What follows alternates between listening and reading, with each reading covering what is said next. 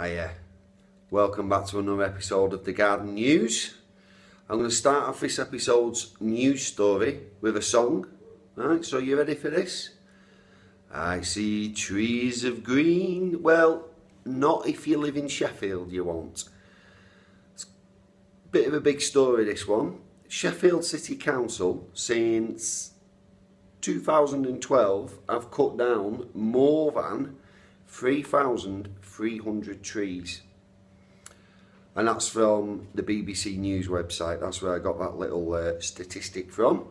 They're still cutting trees down right now. Those of you that have ties to Sheffield or are from Sheffield, you'll probably know a lot about this. There's a contractor called Amy. They've been employed as part of a £2 billion scheme, which is mainly repairing roads and things like that to get transport moving around Sheffield. But they've been employed to remove damaged or diseased trees. But protesters say that they're also removing healthy trees that are deemed, by whose standards I don't know, so I'm trying to stay neutral about this in the reporting of it, if you will. But the contractor is also removing healthy trees that are deemed to have the potential to, so not actually doing it yet, but in the future they might go on to damage pavements. So trees that are classed as having the potential to damage pavements are also being cut down. In other words, seemingly healthy trees. If you're watching in America, for pavement, read sidewalk. Some of the trees on the threat were planted as memorials to soldiers from Sheffield who died in World War One. I can't remember the name. There was a certain primary school where about 70 blokes who all went to that primary school, they all died early on in the war, and they planted the trees as a memorial for them pretty much straight away. But there's more than 70 trees that were planted as World War One memorials in Sheffield. There's more than 100 apparently. And some of those trees have already been cut down. Some of them are under threat from the going to be cut down. So recently, 14 people were arrested. They were protesting about the trees being cut down, but they were released without charge. So, what do you think about all of this? Cutting down trees that might, keyword might, go on to damage pavements in the future. And what do you think about the fact that they're cutting down trees that were planted as memorials to soldiers who's given their lives to protect all of us? I won't tell you what I think about that, mainly because I try not to have swearing on this channel. But what do you guys think? Right, it's quite an emotive subject, as I've said. Leave a comment underneath about what you think about this. Are you for it? There's two sides to every story. You might live on a street that's got, I don't know, some of these damaged or diseased trees, and your car might have been squashed by a branch falling off this tree. So you might be for it, and you've got good reason to be for it. You might be against it. You might be for or against, but with certain caveats. So tell me what you guys think. Let me know. All I ask is don't swear, please, in the comments. Yeah, because my mum watches these videos, and so do my children. So if you're on the against side and it really makes you mad, just say what you want, but just don't swear. Right, photographs. I think that's a tulip. Wow, look at it. It's like raspberry sauce rippled through custard. I want to eat it. This is from Mary, best known on Instagram as Mary Not Contrary, with underscores between the words. I'll put the link to her Instagram account on this video's description.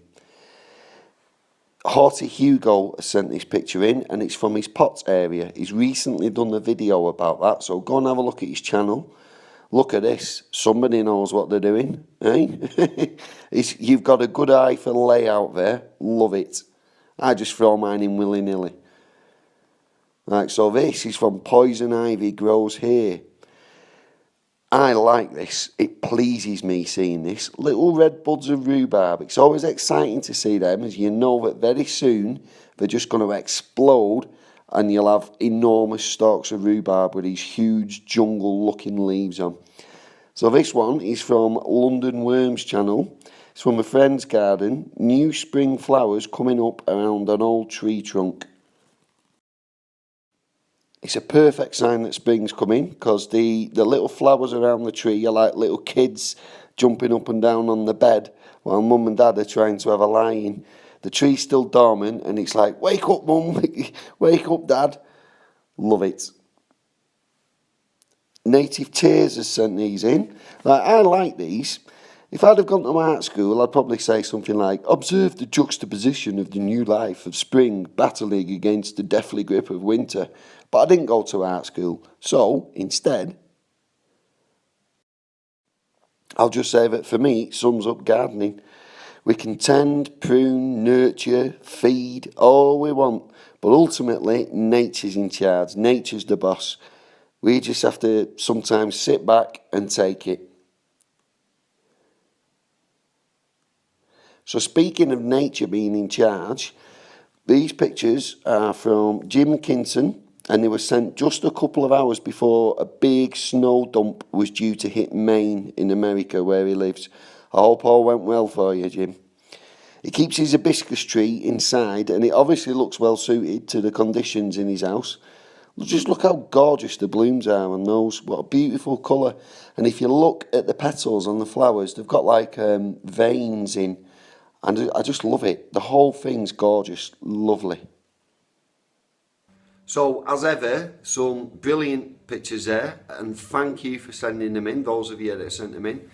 All of your channels I will put links to in the description for this video, so people can go and check you out. With the exception of Mary Not Contrary, you do have a YouTube account, but as you explained in your email to me, you don't really post content.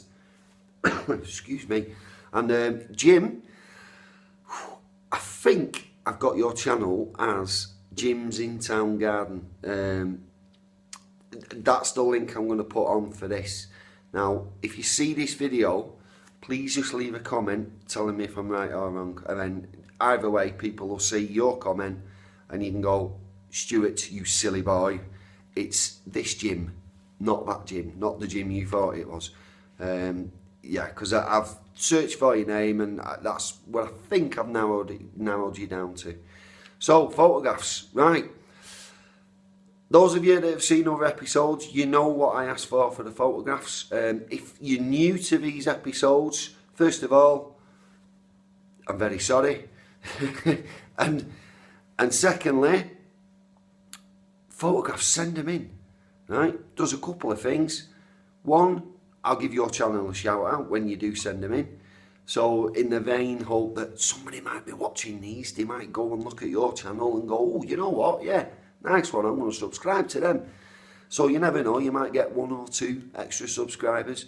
Another reason, people love seeing them. I love seeing them. It's because, you know, it's like a community, this gardening group on YouTube, but it's a worldwide community.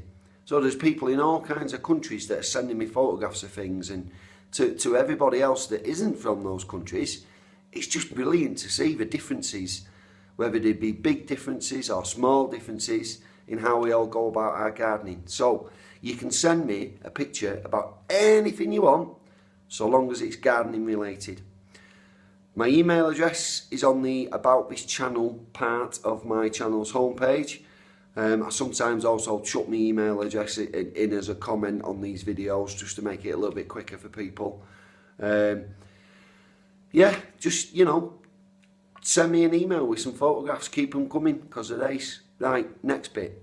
Well, I say next bit, I forgot to say, Mary, instead of putting your YouTube channel link, I'm going to put your Instagram account link, because I follow you on Instagram. You know this, Mary, but you've got a really good account there, and I think other people should go and look at some of the photographs that you take. It's just nice to see pictures of flowers and people's gardens You do that very well, Mary. So I'm going to put a link to your Instagram account. Right then, last part of the episode. Sometimes do a review about a gardening product. Sometimes have a little look at a certain plant that I've got my eye on growing from seed or buying in as a small plant to put in my garden. Sometimes might do a shout out. This week, something a little bit different. I don't think we've done this before. We're going to do a poll. What it's about is basically, as some of you may know, my wife recently got told she's got an allotment plot. Yes. And she'll be taking that over at the end of March. So it's got me thinking about allotments. Let's try and get some kind of data about allotments. You never know, it might be useful to someone, or if it's not, right, I won't take that personally, that's fine. It might just be interesting to some of us. What I want to know is, if you watch this and you have an allotment plot, first of all, leave a comment and tell me, firstly, what county is your allotment in? I don't need to know towns or street names, because that's how people get the plots done over and stuff. Just tell me what county. So for me, it will be Lancashire, right? And secondly, I know a gentleman shouldn't discuss his finances, right? But if you're comfortable doing this, if you could tell me how much annual rent you pay every year to your local authority for that allotment plot. So for example, the one my wife's taking over is going to be £30 a year, which I think is an absolute bargain, considering the potential for the amount of food and pleasure that we're going to get from it. £30 a year is a bargain.